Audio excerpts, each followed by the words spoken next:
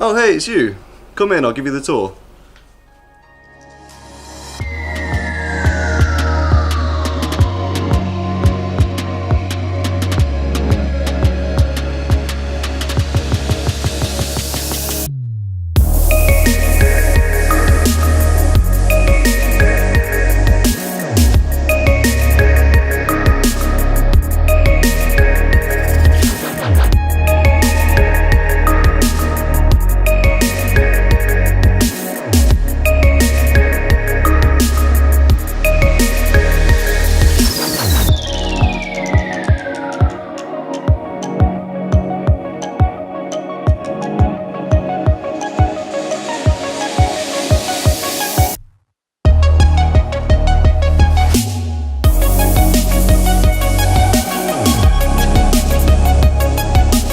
What were we doing? I thought we were taking a break. Get out of here.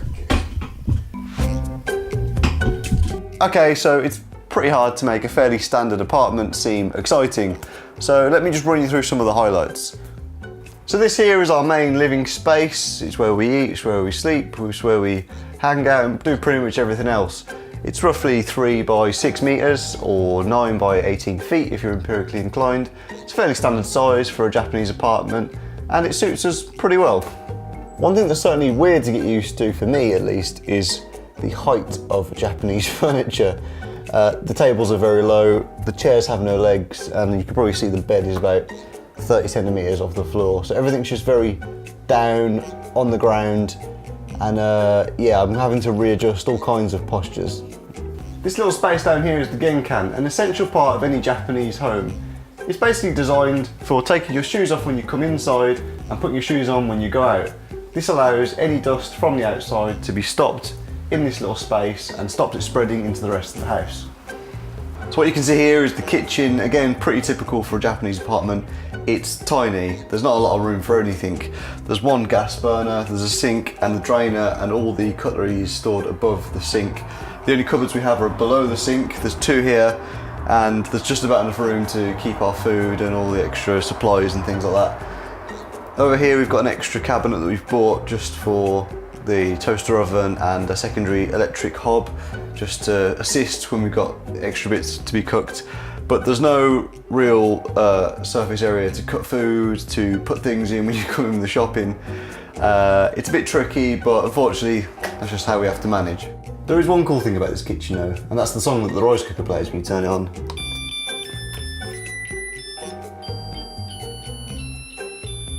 Another fairly common feature in most Japanese homes is the separation of the toilet and the shower.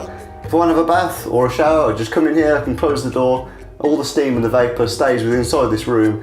When I'm finished, everything just drains down into the drain in the floor. It's much easier to clean, much easier to maintain, and all around it's just way more convenient.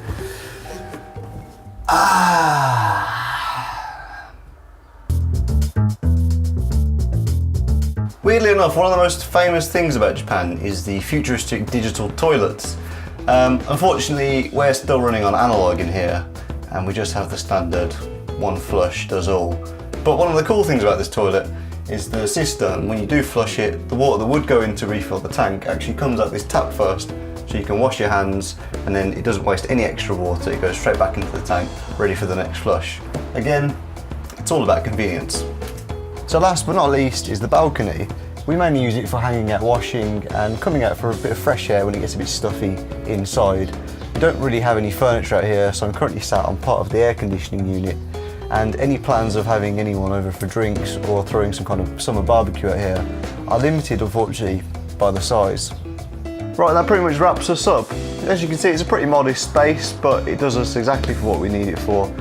And I thought I'd say the best thing about this place until last, and that is the fact that we're actually paying half price rent living in the middle of Tokyo. The reason for that is that the building is actually going to be knocked down at the end of this year's lease. So for the inconvenience of having to move again in a year, we've managed to save ourselves basically 50% of what we will be paying in rent. So doubt we can get that a second year in a go, but we're going to give it a good try.